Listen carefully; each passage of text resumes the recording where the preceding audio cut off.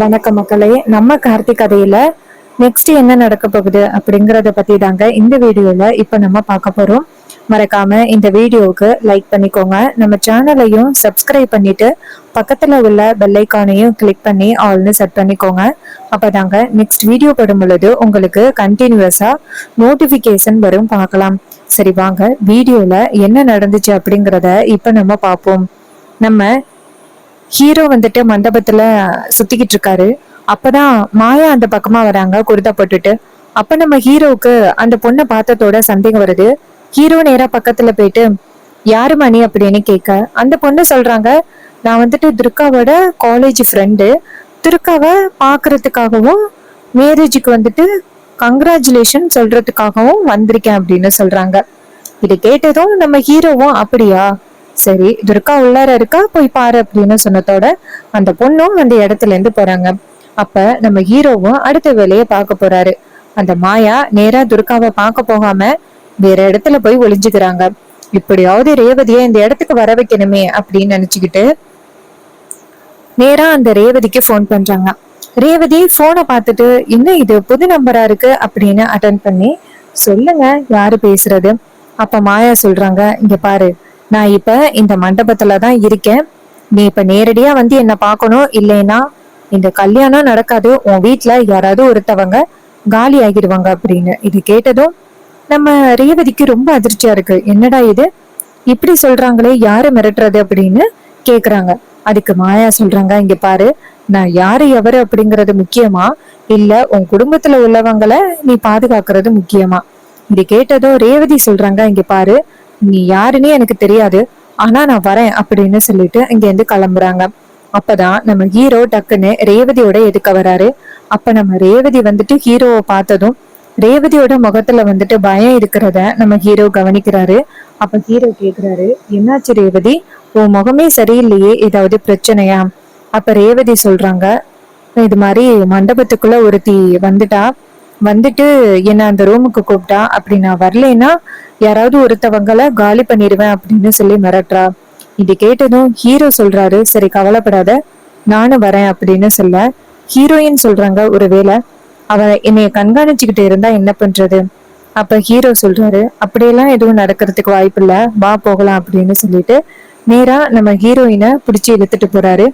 நம்ம ஹீரோயின் சொல்றாங்க, இங்க பாரு ராஜா, நீ வெளியிலே நில்லு, உள்ளார நான் போய் யாருன்னு பாக்குறேன் அப்படின்னு சொல்லிட்டு ஹீரோயின் நேரா ரூமுக்கு போறாங்க. அங்க வந்துட்டு மாயா இருக்காங்க. ஹீரோயின் போயிட்டு, யார் நீ, எதுக்காக என்ன கூப்பிட்ட அப்படின்னு சொல்ல டக்குன்னு குருதாவை விளக்கிட்டு கையில இருக்கிறத ஆயுதத்தை எடுக்கிறாங்க மாயா. இத பார்த்ததும் நம்ம ரேவதிக்கு ரொம்ப அதிர்ச்சி ஆகுது. ரேவதி கேக்குறாங்க, யார் நீ அப்படின்னு சொல்ல முகத்துல உள்ள குருதாவை எடுக்கிறாங்க. பார்த்ததும் ரேவதிக்கு ரொம்ப அதிர்ச்சி. ஏய், நீ இங்க என்னடி பண்ற அப்படின்னு சொல்லி கேட்க அதுக்கு அந்த மாயா சொல்றாங்க, நான் மட்டும் என் மகேஷ பிரிஞ்சு கஷ்டத்தோட ஊர் ஊரா தெரிஞ்சுக்கிட்டு இருப்பேன், ஆனா நீ மட்டும் உன் புருஷன் கூட சேர்ந்து சந்தோஷமா இருக்க போறியா? இப்போ நான் எப்படி மகேஷ பிரிஞ்சு கஷ்டத்துல இருக்கணும், அதே மாதிரி உன் புருஷன் உன்னை பிரிஞ்சு நடுத்தருவுல நிக்க போறான் அப்படின்னு சொன்னதும் நம்ம ரேவதி சொல்றாங்க, இங்க பாரு, தப்பான முடிவு எடுக்காத. மாயா சொல்றாங்க, இங்க பாருடி, இப்பதாண்டி நான் சரியான முடிவு எடுத்திருக்கேன், உன்னை காலி பண்ணிட்டு தாண்டி இந்த இடத்த விட்டு போவேன். இது கேட்டதும் மாயாவுக்கு நம்ம ரேவதிக்கு ரொம்ப அதிர்ச்சியா இருக்கு. அப்ப நம்ம ஹீரோ டக்குன்னு கதவை உடைச்சுக்கிட்டு உள்ளார வராரு.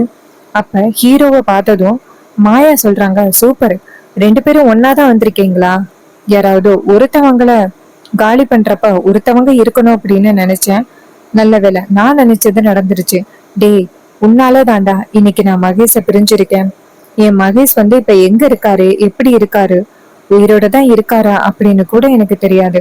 அந்த நிலைமைக்கு என்ன ஆளாக்கிட்டியல்ல, உன் கண்ணு முன்னாடியே இன்னைக்கு உன் பொண்டாட்டியை நான் காலி பண்றேன் அப்படின்னு ஆயுதத்தை காமிக்க அப்ப நம்ம ஹீரோ டக்குன்னு பக்கத்துல இருக்கிற ஒரு கட்டையை எடுத்து தூக்கி மாயாவோட மேல வீச அப்ப மாயா வந்துட்டு ஆயுதத்தை கீழே போட்டுறாங்க. அப்ப ஹீரோ டக்குன்னு மாயாவோட கைய பிடிச்சிடுறாரு. மாயா அந்த இடத்துல இருந்து தப்பிச்சு போக பாக்க அப்ப ஹீரோ டக்குன்னு மாயாவோட கைய பிடிச்சு கட்டி பெட்ல உட்கார வைக்கிறாரு. அப்ப மாயா சொல்றாங்க, டேய், இப்ப மரியாதையா என்னை விட போறியா இல்லையா? அப்ப ரேவதி சொல்றாங்க, இங்க பாரு, உனக்கு எவ்வளவு தைரியம் இருந்தா இப்படி ஒரு முடிவு எடுப்ப? ஆமாண்டி, நானும் அவரும் தான் சேர்ந்து மகேஷ பிடிச்சு வச்சிருக்கோம். நாங்க கண்டிப்பா மகேஷை விட மாட்டோம்டி அப்படின்னு சொல்ல, அதுக்கு அந்த மாயா சொல்றாங்க, இங்க பாரு, என் மகேஷுக்காக தான் நான் இப்படி ஒரு முடிவெடுத்தேன், மரியாதையா என்னை விட்டுரு. அப்ப நம்ம ரேவதி சொல்றாங்க, இங்க பாரு ராஜா, இவ என்ன சொன்னாலும் சரி, மகேஷை விடக்கூடாது அப்படின்னு. அப்ப அந்த மாயா சொல்றாங்க, இங்க பாருங்க, நான் யாருன்னு தெரிஞ்சு நீங்க இப்படி பண்ணிக்கிட்டு இருக்கீங்க அப்படின்னு. அதே நேரம் கதவு வழியா அந்த சந்திரா என்ன நடக்குது அப்படிங்கிறத பாத்துறாங்க. பார்த்ததும் நம்ம சந்திராவுக்கு ரொம்ப அதிர்ச்சியா இருக்கு. ஆகா, மாயா இப்படி வந்து டொக்கா மாட்டிக்கிட்டாளே அப்படின்னு. அப்ப நம்ம ஹீரோவும் ஹீரோயினும் இவளை லாக் பண்ணிட்டு நம்ம வெளியில போவோம் அப்படின்னு சொல்லிட்டு வெளியில வராங்க. அப்ப அந்த சந்திரா வந்துட்டு நைஸா அந்த ரூமுக்குள்ள போறாங்க. அங்க வந்துட்டு மாயா இருக்கிறத பார்த்துட்டு, டேய் ஏட்டி, நீ இங்க என்னடி பண்ற?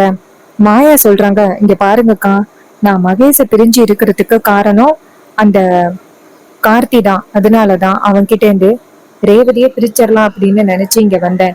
ஆனா கடைசி நேரத்துல எங்க இருந்தோ வந்து அவன் உண்மையை கண்டுபிடிச்சிட்டான். இது கேட்டதும் சந்திரா சொல்றாங்க, இங்க பாரு, நான் தான் சொன்னேன்ல கொஞ்சம் பொறுமையா இரு அப்படின்னு, கொஞ்சமாவது கேக்குறியா? அதுக்கு அந்த மாயா சொல்றாங்க, இல்லக்கா, மகேஷ பிரிஞ்சு என்னால இருக்க முடியல. அவர் இப்ப எங்க இருக்காரு, உயிரோட தான் இருக்கிறாரா என்னன்னு கூட தெரியாம வேதனையில இருக்கேன். அதனால நான் கண்டிப்பா விட மாட்டேன், அவனை நான் சும்மா விட மாட்டேன், என் கட்ட அவுத்து விடுங்கக்கா அப்படின்னு சொல்ல, உடனே சந்திராவும் சரி அப்படின்னு சொல்லிட்டு கட்ட அவுத்து விட போகும் பொழுது வெளியில கதவு தட்டுற சத்தம் கேக்குது. அப்ப மாயா சொல்றாங்க, அக்கா யாரோ வராங்க, நான் தான் மாட்டிக்கிட்டேன், நீங்க மாட்டிக்காம போய் ஒளிஞ்சுக்கிடுங்க அப்படின்னு சொன்னதும் அந்த சந்திரா போயிட்டு ஒளிஞ்சுக்கிறாங்க. அப்ப நம்ம ஹீரோ இங்க இருந்து ரூமுக்குள்ள வராரு. வந்துட்டு யாரோ சத்தம் கேட்ட மாதிரி இருந்துச்சு அப்படின்னு. அப்ப அந்த மாயா சொல்றாங்க, யாரும் ரூமுக்குள்ள வரலையே. அப்ப நம்ம ஹீரோ சொல்றாரு, யாரோ ரூமுக்குள்ள வந்திருக்காங்க அப்படின்னு. அதுக்கு மாயா சொல்றாங்க, அப்படியெல்லாம் யாரும் ரூமுக்குள்ள வரல அப்படின்னு. ஹீரோ போயிட்டு பாத்ரூம் கதவை ஓபன் பண்ண அதுல நம்ம சந்திரா நிக்கிறாங்க. சந்திராவை பார்த்ததும் ஹீரோ கேக்குறாரு, என்ன இவங்கள எப்படியாவது எஸ்கேப் பண்ணலாம் அப்படின்னு நினைச்சு வந்தீங்களா, வெளியில வா அப்படின்னு சொல்லிட்டு சந்திராவை வெளியில வர சொல்ல சந்திரா வெளியில வராங்க.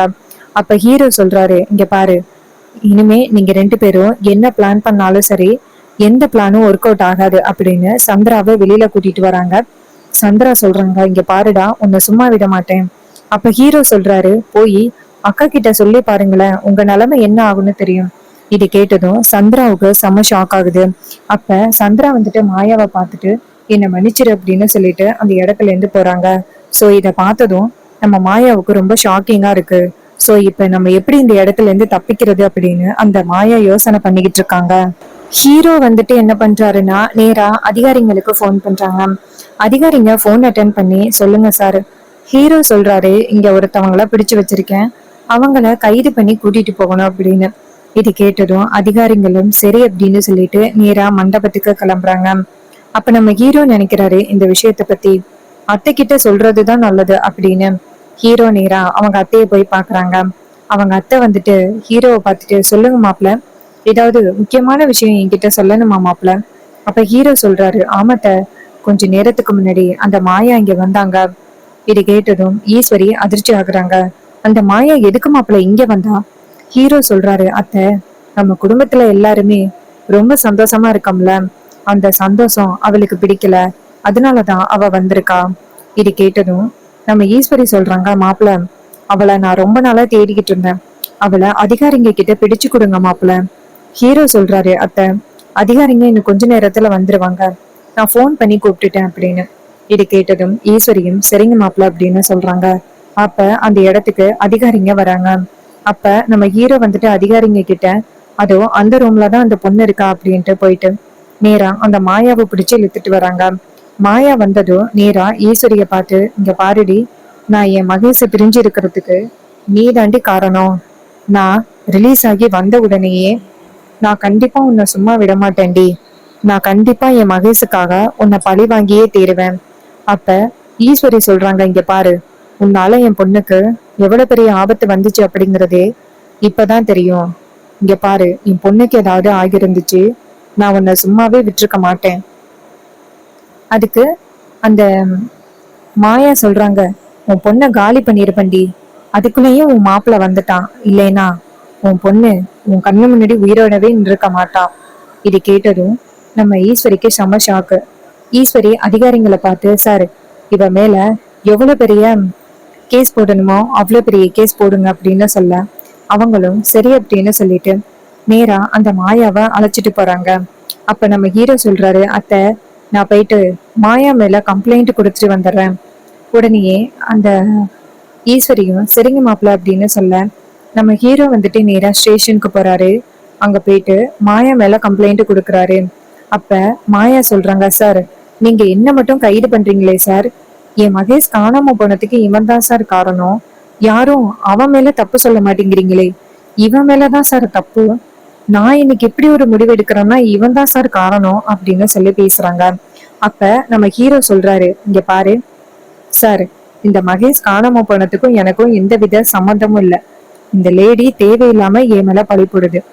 நீங்க இந்த லேடியை மட்டும் வெளியில விட்டுறாதீங்க அப்படின்னு சொல்லிட்டு நம்ம ஹீரோ வெளியில வராரு.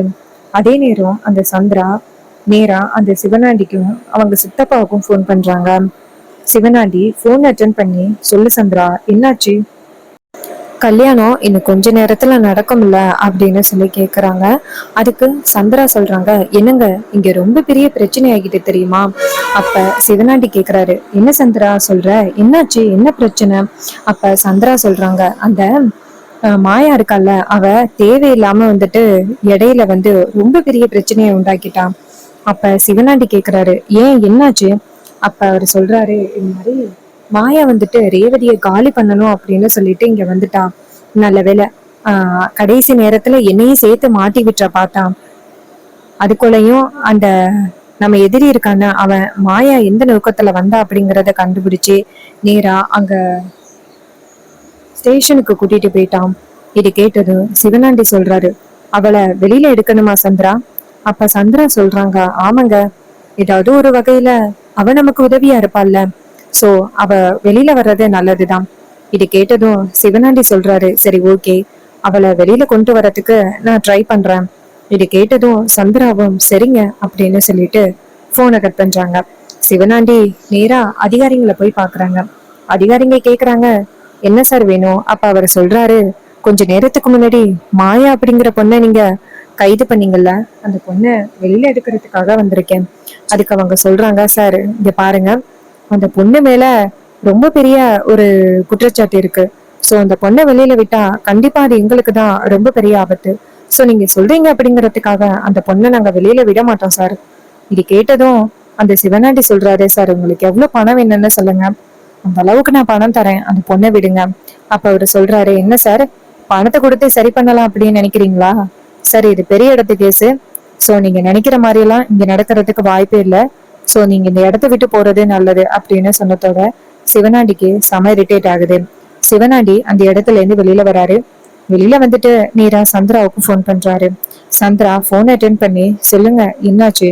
அப்ப சிவனாண்டி சொல்றாரு, இது மாதிரி நானே கேட்டு பார்த்தேன், ஆனா இந்த மாயா மேல ரொம்ப பெரிய கேஸ் விழுந்திருக்கிறதுனால மாயாவை வெளியில விட முடியாது அப்படின்னு சொல்றாங்க. இது கேட்டதும் சந்திரா சொல்றாங்க, என்னங்க இது, கொஞ்சம் கொஞ்சம் சின்ன சின்ன உதவி நமக்கு பண்ணிக்கிட்டு இருந்தா அவளுக்கு போய் இப்படி ஒரு ஆபத்து, அட்லீஸ்ட் காப்பாற்ற முடியுமா அப்படின்னு பார்த்தேன், காப்பாற்ற முடியாது போல. சரி இருக்கட்டும் பரவாயில்ல அப்படின்னு சொல்ல, சிவனாண்டியும் சரி அப்படின்னு சொல்லிட்டு, நீ அடுத்து நம்மளோட திட்டத்தை பாரு, மத்த விஷயத்துல நீ கான்சென்ட்ரேட் பண்ணாத. இது கேட்டதும் சந்திராவும் சரிங்க அப்படின்னு சொல்லிட்டு போனை கட் பண்றாங்க. இன்னொரு பக்கம் நம்ம சந்திரா வந்துட்டு நேரா அந்த எதிரிய வந்து பாக்குறாங்க. பார்த்துட்டு, என்ன ஹீரோ சுலபமா வந்துட்டு மாயாவை பிடிச்சு கொடுத்தாச்சு, அதே மாதிரி என்னையும் பழிவாங்கலாம் அப்படின்னு நீ நினைச்சுக்கிட்டு இருப்ப, தப்பா நினைச்சிட்டு இருப்ப. ஆனா கண்டிப்பா நீ நினைக்கிறது நடக்க போறது இல்ல, நான் நினைக்கிறது தான் நடக்கும் அப்படின்னு சொல்லிட்டு செம்மையா வந்து பேசுறாரு. அந்த சமயம் வந்து பேசுறாங்க அந்த வில்லி. அப்ப ஹீரோ சொல்றாரு, இங்க பாரு, அந்த மாயா நிலைமை தான் உனக்கும், ரொம்ப நாள் ஆடிக்கிட்டு இருக்கலாம் அப்படின்னு நினைக்காத அப்படின்னு சொல்ல. அப்ப சந்திரா சொல்றாங்க, இங்க பாரு, இந்த கல்யாணம் முடிஞ்ச பிறகு நான் இந்த போட்டியில ஜெயிச்சிட்டேன் அப்படின்னு உனக்கு தெரியும், அதுக்கப்புறம் உன்னை இந்த வீட்டை விட்டு துரத்துறது தாண்டா என்னோட அடுத்த குறிக்கோள் அப்படின்னு சொல்றாங்க. ஹீரோ சொல்றாரு, அதையும் பார்க்கலாம் அப்படின்னு சொல்லிட்டு. சோ இந்த கதை உங்களுக்கு பிடிச்சிருந்துச்சுன்னா இந்த வீடியோவுக்கு மறக்காம லைக் பண்ணிக்கோங்க. நம்ம சேனலையும் சப்ஸ்கிரைப் பண்ணிட்டு பக்கத்துல உள்ள பெல் ஐகானையும் கிளிக் பண்ணி ஆல்னு செட் பண்ணிக்கோங்க. தேங்க்யூ ஃபார் வாட்சிங்.